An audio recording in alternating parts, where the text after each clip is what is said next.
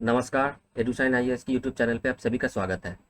तो आज का क्लास है Anglo Bengal conflict part 2 which is about the battle of Buxar. तो लास्ट क्लास में हमने बैटल ऑफ प्लासी के बारे में डिस्कस किया था। वहाँ पे देखा था हमने उसके कॉन्सिक्वेंसेस में कि जो उस टाइम पे नवाब थे, Nawab Sirajuddaula, he was betrayed by his own commander Mir Jafar, जिसके वजह से उनकी डिफीट हो गई थी बैटल ऑफ बक्सर में, सॉरी बैटल ऑफ प्लासी में। और मीर जाफर उसके बाद रूलर बने। अब देखिए उसके 7 साल बाद, मतलब बैटल ऑफ प्लासी हुआ था 1757 में, और उसके बाद जो नेक्स्ट बैटल होता है battle of Buxar, that takes place in 1764, 7 साल बाद होता है।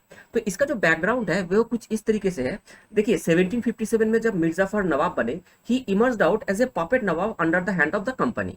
तो क्योंकि वो उनको रूलर बनाया गया था, he was being exploited tremendously by the company, और बहुत सारे अनड्यू एडवांटेज कंपनी ले रहे थे उनके पास से।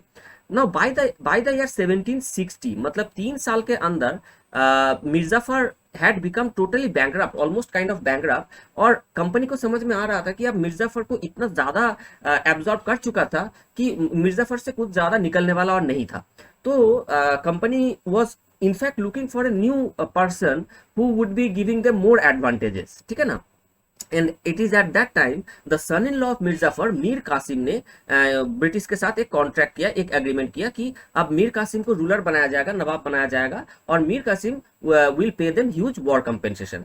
तो कंपनी को लगा कि फिर से एक बहुत बड़ा अमाउंट पैसा मिलेगा मीर कासिम से, और दूसरी बात मिर्जाफर को हटा कर मीर कासिम को नवाब बनाया जाए तो उसमें प्रॉब्लम कुछ नहीं है, क्योंकि Mir Qasim will also remain a puppet nawab in the hand of the company, क्योंकि उसको भी कंपनी ही नवाब बना रहा था, ऐसा ब्रिटिश ने सोचा था। तो मीर कासिम को पहले नवाब बनाया गया इन द ईयर 1760, ठीक है ना। लेकिन ब्रिटिश ने जो सोचा था कि Mir Qasim will also remain a puppet nawab, Mir Qasim का प्लान कुछ और था, दूसरा था। मीर कासिम ये सोच रहा था कि let him first become the nawab, let him first go to the authority and then he will take measures, क्योंकि उनका एक खुद का एक इंडिपेंडेंट माइंड था। और इसी बेसिस पे उनका जो ये बाकी के जो 3 फैक्टर यहाँ पे डिस्कस किया बताया गया है, one by one Mir Qasim ऐसे कुछ डिसीजन उन्होंने लिया कि the British started to feel, the company started to feel कि Mir Qasim is not the kind of person they thought him to be, right? So the first one was the royal decree abolishing Dastak. देखिए मीर कासिम ने सबसे पहले आते ही अपना intention clear कर दिया। वो भी ये जो कंपनी को जो दस्तक राइट दिया गया था, इसको लेकर के he was also very discontented. तो एक मतलब रूलर बनने के बाद ही कुछ ही दिनों बाद उन्होंने एक रॉयल डिक्लेरेशन जारी की। उसमें बताया गया कि ब्रिटिश का जो दस्तक राइट है ये एबोलिश किया जाएगा।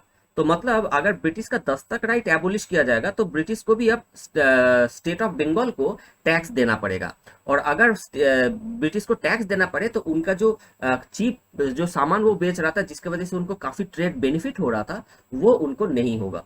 And the British were in no position to, they have enjoyed the Dastak right for so long, और वो मीर कासिम के हाथों ये दस्तक राइट एबोलिश कर देगा, सबमिट कर देगा, ये ऐसा पॉसिबल नहीं था। तो ब्रिटिश ने एक थ्रेट जारी की, और एक इमीडिएट अटैक की एक थ्रेट जारी की, जिसके वजह से मीर कासिम देखिए अभी मतलब कुछ ही दिन पहले रूलर बने थे, and he was not at all that strong कि वो कंपनी का जो अटैक है उसको वो रोक पाए। तो उनको अपना ये जो डिक्लेरेशन है ये विदड्रॉ करना पड़ा, he was force to withdraw this declaration. लेकिन उन्होंने दूसरे तरीके से सोचने लगा। उन्होंने सोचा कि अगर ब्रिटिश से वो दस्तक राइट एबोलिश ना कर पाए तो इतना तो वो कर ही सकते हैं ना कि वो दस्तक राइट इंडियन ट्रेडर्स को भी मतलब कि दे दे, ठीक है ना। तो अब सोचिए फिर से वही उसी जगह पे हम आ रहे हैं, उसी एग्जाम्पल पे, the certain kind of product which is normally of 50 rupees लेट से। तो ब्रिटिश के पास अभी कितना हो रहा था, ब्रिटिश दुकान में 55 रुपीज हो रहा था, और इंडियन शॉप में वो 60 रुपीज हो रहा था, because of this Dastak right to the company. तो वो एक कस्टमर हमेशा ब्रिटिश शॉप की तरफ जाता था, इससे वजह से ब्रिटिश को ट्रेड बेनिफिट होता था। ये हमने एग्जाम्पल लास्ट क्लास में देखा है ना। अब देखिए जब इंडियंस को भी दस्तक राइट मिल गया तो मतलब Indians will also not be paying any tax to the state government, ठीक है ना। तो इसकी वजह से इंडियन शॉप में भी अब देखिए उसका जो प्राइस है उस कमोडिटी का वो कम हो गया, 55 रुपीज पे आ गया। अब सोचिए एक इंडियन कंज्यूमर है, दो दुकान है, British shop and an Indian shop, दोनों दुकान पे सेम प्राइस है, तो natural tendency will be the customer will walk towards the Indian shop. तो इससे वजह से क्या होने लगा, ब्रिटिश को काफी ट्रेड लॉस होने लगा, और ये trade loss this was not acceptable to the British. तो ये ब्रिटिश के लिए तो कंपनी के लिए तो एक प्रॉब्लम क्रिएट किया, लेकिन ये गवर्नमेंट ऑफ बंगाल मतलब नवाब ऑफ बंगाल के लिए भी ये डैमेजिंग था, क्योंकि जिस जिस जिन लोगों से उनको एक टैक्स मिल रहा था, अब वहां से भी टैक्स आना बंद हो गया है ना। तो इसके वजह से स्टेट रेवेन्यू को काफी नुकसान हुआ, ठीक है ना। अब देखिए मीर कासिम को समझ में आ रहा था कि इट इज नॉट ए माने it is just a matter of time when there will be attack from the company to the to against the नवाब। अब देखिए कंपनी का जो बेस था दैट वाज इन कैलकाटा, और इनका जो कैपिटल था वो मुर्शिदाबाद था, नवाब ऑफ बंगाल का। तो कैलकाटा से मुर्शिदाबाद ट्रैवल करना एक दो दिन में पॉसिबल था। तो अगर कंपनी को लगे कि नवाब के खिलाफ एक अटैक लॉन्च करना है, तो within a very short span of time British army can arrive to Murshidabad the capital and can capture it. तो अपने एक स्ट्रेटेजिक एक सिक्योरिटी सेफ्टी बनाने के लिए उन्होंने एक डिसीजन लिया, that is he transfer the capital from Murshidabad to Munger. अब देखिए कैलकाटा से मुंगेर का डिस्टेंस काफी था। अब अगर कंपनी चाहे तो इमीडिएटली वो अटैक लॉन्च नहीं कर सकते, क्योंकि ये काफी distance. So it was a very strategic decision that was taken by Mir Qasim. लेकिन उनका ये चाल ब्रिटिश को भी समझ में आ रहा था, और मीर कासिम को ये भी पता था कि अगर अभी भी नहीं तो कुछ दिन बाद अटैक तो लॉन्च होना ही है। और इसी वजह से उन्होंने अपने आप को स्ट्रेंथन करने की कोशिश की। देखिए उन्होंने क्या किया, एक अलायंस जारी की, एक अलायंस बनाया उन्होंने। This alliance was formed between three parties, that is Mir Qasim who was the nawab of Bengal, दूसरे थे Shujauddaula who was the sultan of Awadh, और तीसरे थे Shah Alam two the Mughal empire, ठीक है ना। अब देखिए शुजाउद्दौला के लिए मतलब मीर कासिम का तो इंटरेस्ट ये था कि उनको अपने आप को प्रोटेक्ट करना था, ठीक है, मीर कासिम के लिए समझ में आता है। Now why did Shujauddaula agree to fight against the company. Shujauddaula को समझ में आया था कि अगर बंगाल ब्रिटिश के कैप्चर में आ जाता है, ठीक है ना, तो it will be a matter of time कि बंगाल से उनके ऊपर अवध के ऊपर अटैक लॉन्च हो जाए। तो अपने आप को प्रोटेक्ट करने के लिए शुजाउद्दौला को भी ये पता था कि मीर कासिम का ही में बंगाल में बने रहना जरूरी है, ठीक है, इसीलिए वो इनके साथ आए। अब देखिए शाह आलम टू जो कि दिल्ली मुगल एम्पायर थे, जो दिल्ली में बैठे हुए थे, अब इनके लिए कोई कारण नहीं था कि वो इनके साथ अलायंस बनाए, क्योंकि दिल्ली से बंगाल का या अवध का डिस्टेंस काफी था। लेकिन फिर भी शाह आलम टू ने इनके साथ अलायंस में आए। इसका रीजन ये था कि शाह आलम टू के पहले जो मुगल एम्पायर थे आलमगीर टू, आलमगीर टू को आलमगीर टू का हत्या हो गया था मुगल कोर्ट के अंदर ही, मतलब उनका एक असैसिनेशन हुआ था। So Shah Alam II was feeling threatened in the Mughal court and he was looking for a way to come out of Delhi. वो दिल्ली से बाहर बाहर आना चाहते थे। तो उनको लग रहा था कि अगर ये लोग जीत जाए तो इन जगह पे उनको एक जगह मिल जाएगा, वो खुद एक छोटा सा स्टेट बना लेंगे जहां पे उनको मुगल कोर्ट की जो थ्रेट है वो उनको फेस नहीं करना पड़ेगा, ऐसा उन्होंने सोचा था। तो इस वजह से ये एक अलायंस बना। तो अलायंस में मतलब they started to recruit army, ठीक है ना, they started to recruit army, और उनका एक काफी लार्ज आर्मी बना, ऑलमोस्ट 1 लाख 1.5 लाख का आर्मी बना।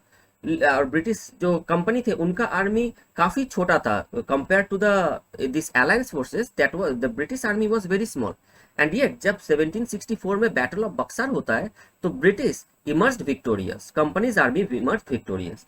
इसका एक बहुत बड़ा रीजन ये था कि देखिए ये जो रिक्रूटमेंट हुआ था ये 1763 के बाद से होने लगा था, ठीक है ना, क्योंकि ये कैपिटल ट्रांसफर किया ही गया था 1763 में। जो पिछला जो फैक्टर जो पॉइंट देखा था हमने, capital transfer from Murshidabad to Munger, that was done in 1763।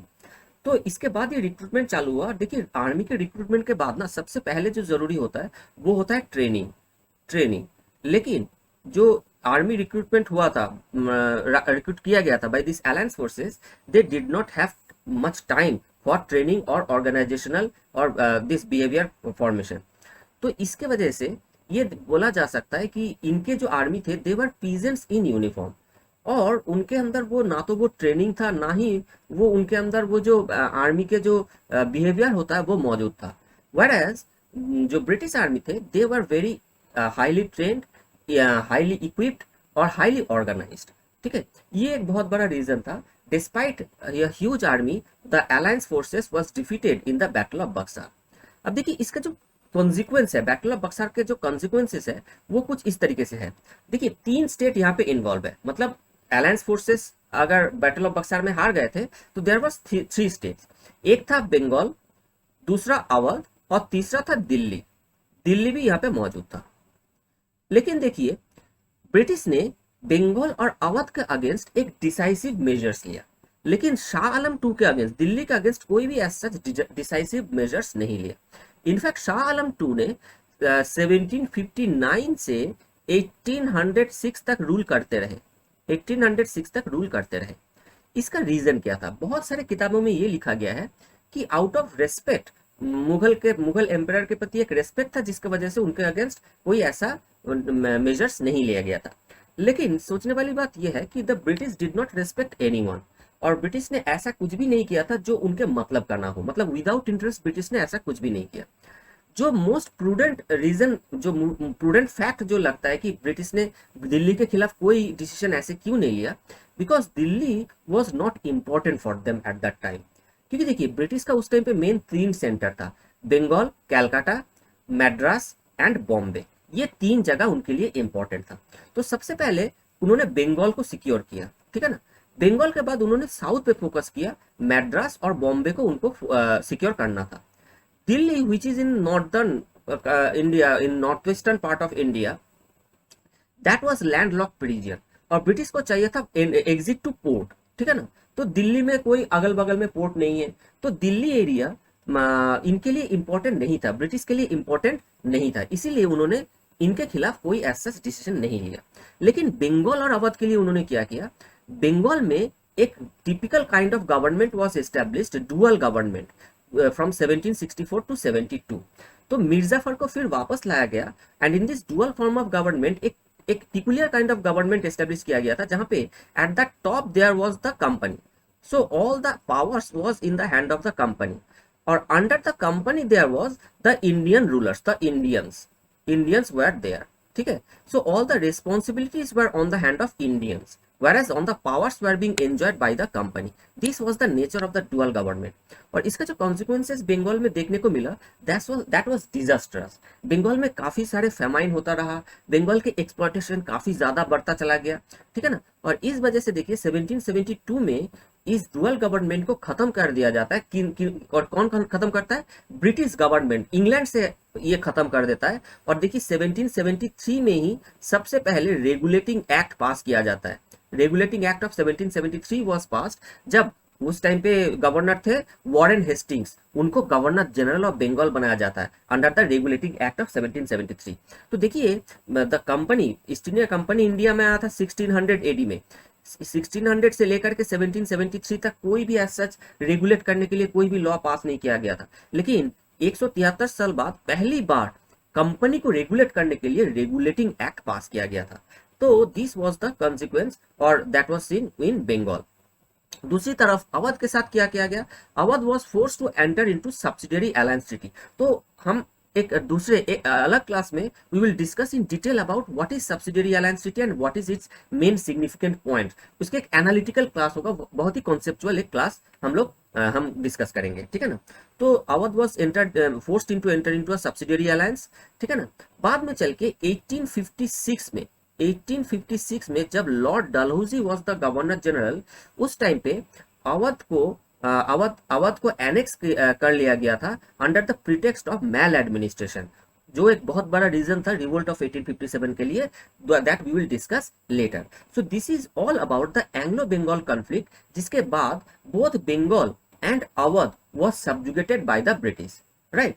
Thank you.